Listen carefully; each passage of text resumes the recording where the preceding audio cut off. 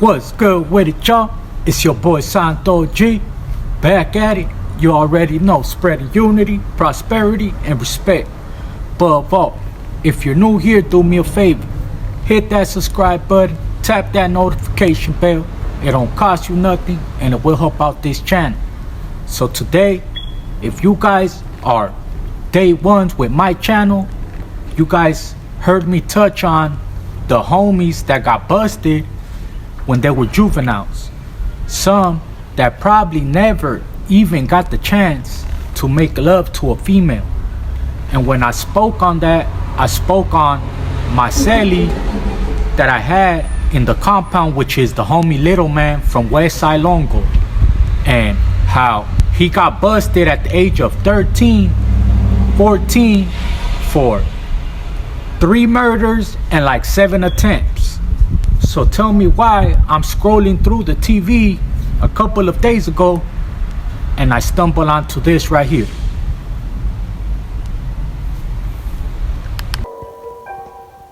Welcome back for another video on the best YouTube channel ever. Today's video will be about a pair of Westside Longo's gang members who had gone on a bloody rampage. Here's how the bloody rampage had gone down. On December 27, 2007, a man was standing next to his car near 23rd Street and Earl Avenue in Long Beach talking to 2 friends. So you guys can see, man, it says Westside Longos go on a rampage because one of their brothers got killed. And they talk about the homie Terco from Westside Longo and my celly Little Man from Westside Longo. And they were teenagers, man. The homie Little Man, at the time that he was doing all this, that they alleged that he was doing all this, he was like 13 years old, man. And Terco was probably like 15, 16, the oldest, man. And I remember being with Terco. I'm talking about because of what had happened with his little brother. Every unit in the compound, he had a keep away. One of the people that allegedly did that to his brother, they had them spread out. It's 7 of them. So just think about it. There's only 4 units in the compound. It's 7 of them. So they had them all keepaways. So when I first got there to Y1, before I seen committee and all that, I would look out my window and I would see Terco. He would come out, they'll bring a TV and he'll just be right there sitting down by himself, having day room by himself. So I just remember seeing that. Once I got classified and all that, I remember like first or second day that I was classified, I was out there with the homie Terco, and I remember just chilling with him, watching TV, watching TV, man. And his mind state wasn't even like, you wouldn't think that he was there for the stuff that he was there, you know what I mean? He was just a kid. When we would sit down and chop it up, you know what I mean? Like, most of the time you could tell he was still going through it because of what had happened to his brother. You could tell he was still going through it, but he would crack a smile here and there, you know what I mean? Would just chop it up, joke about whatever we were watching, or just reminisce on the streets. You know what I'm saying? But he had a good heart, man, and he was somebody that was just hurt. So let's get into their story. Heard gunshots. He went outside and saw his neighbor, David Cuevas, lying on the ground.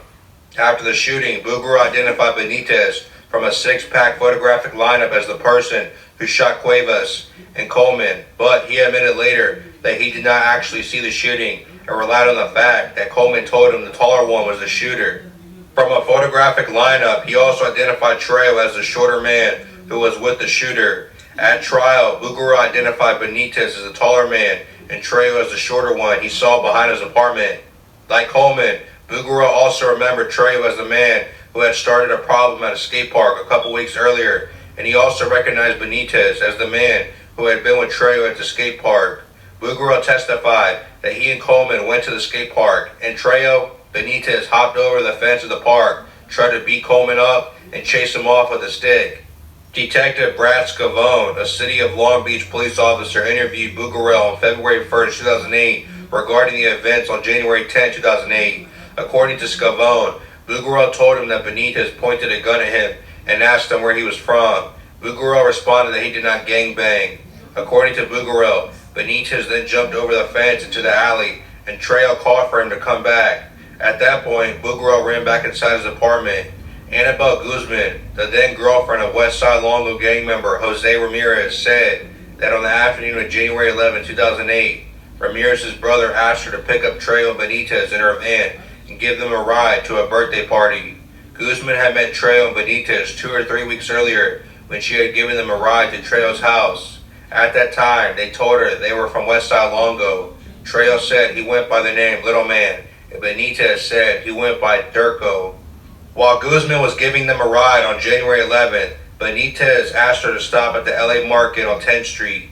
Guzman saw a man and a couple of girls in front of the market. She parked in the alley next to the market, and Benitez got out, while Trejo and her 3 young children remained in the car with her. Benitez went around the corner to the front of the market, and Guzman heard 3 gunshots. Then Benitez came running back to the van, got back in the car, and told Guzman to go. She said no. He pointed a gun at her head and told her, "I'm not playing with you." When she still refused to go, he threatened her that he would shoot her. At that point, she drove off. As they were driving down Martin Luther King Boulevard and were at the intersection of 9th Street, Benitez pointed down in the direction of 10th Street and asked Trejo, "Do you remember we shot them fools from LMS over there?" Vicente Gonzalez testified that he was the target of the shooting on January 11, 2008. He was exiting the market with a friend and 2 girls when he saw Benitez, whom he recognized because they had previously gotten into a fight because Gonzalez was from LMS and Benitez was from another gang, the Westside Longos. Benitez reached inside his pants, took out a gun, and pointing at Gonzalez said, "Fuck LMS." Gonzalez turned around and started running, and he heard 5 shots. None of them hit him. Jason Trejo and Eric Benitez were later arrested. Both were transported from Long Beach Police Station to a juvenile booking facility in Long Beach at approximately 4:45 a.m. on January 14, 2008. After they had been arrested and questioned by investigators, Benitez had received his Miranda warnings and had waived his rights. On the car ride to the juvenile booking facility, Benitez was asked if he understood he did not have to talk to police. He replied yes.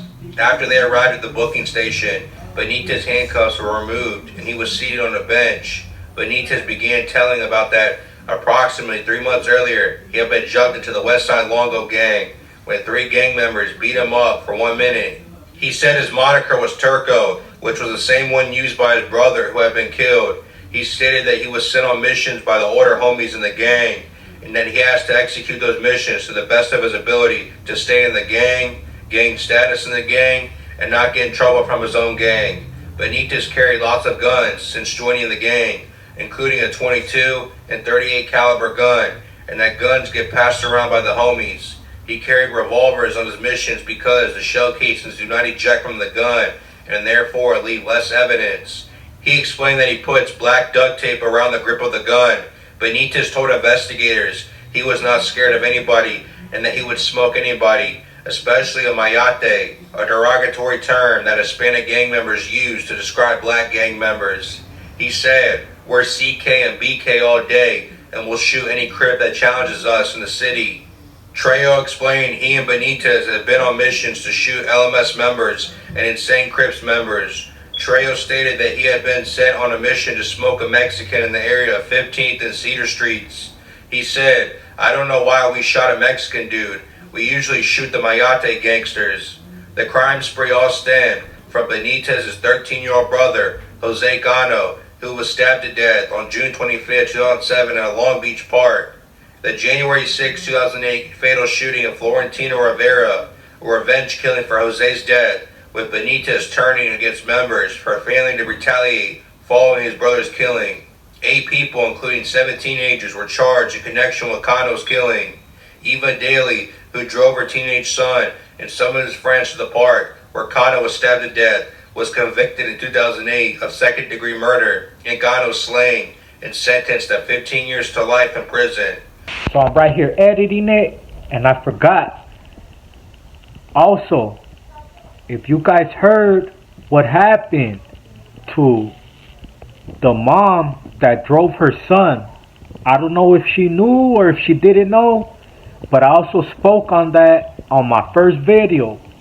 I don't know if you guys want to watch that after this, but I spoke on it how she drove her son and 6 of his friends to go hop out on this little kid. If you see the picture, man, little kid.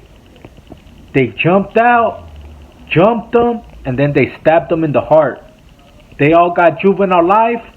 The person that actually did the stabbing ended up getting 15 to life, and she got like 50 to life. But it said that she got her conviction overturned. I just wanted to touch on that. I can't stress that enough, man. That's crazy. And that way you guys could see it's all real life events from a different perspective. You guys could see your boy Santo G talks about nothing but real, raw, uncut things. Let's get it, y'all. I'm gonna let y'all finish with the video. Her conviction, however, was overturned by the appeals court. Also sentenced to 15 years to life behind bars was Daly's 17-year-old co-defendant, Heriberto Garcia, who was convicted of second-degree murder. 6 other youths, including Daly's son, admitted a manslaughter charge in juvenile court and were sent to the California Youth Authority, where they can be held until the age of 25. Back to the results of the revenge crime spree.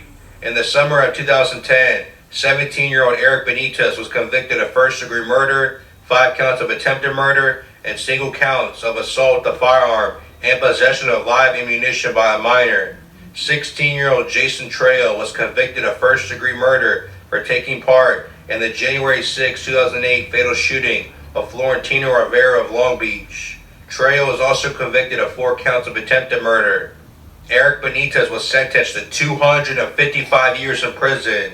Jason Trejo was sentenced to 212 years in prison. The court subsequently modified both Trejo's and Benitez's sentences to terms of 50 years to life in prison, calculated on a sentence of 25 years to life in prison, plus an additional consecutive sentence of 25 years to life in prison for the firearm enhancements. So now watching that, man, before I get into my whole conclusion and everything, man, I want to give a big shout out to Killer Kush. If you guys don't follow them on Instagram at Killer Kush __ 420. A big shout out to Hadar Extracts. Follow them on IG as well at Hadar Extracts #1. If you guys want a top of the line pup, anything that has to do with dogs, get at my good people at Frenchy Row Kennels on IG. That's Frenchy _Row _ Kennels, and they gonna get you right, man. Shout out Cali Herbs Los Angeles. If you guys want any type of hash, rosin, or bomb exotic, get at my good people at Cali Herbs Los Angeles. That's Cali Herbs Official on Instagram.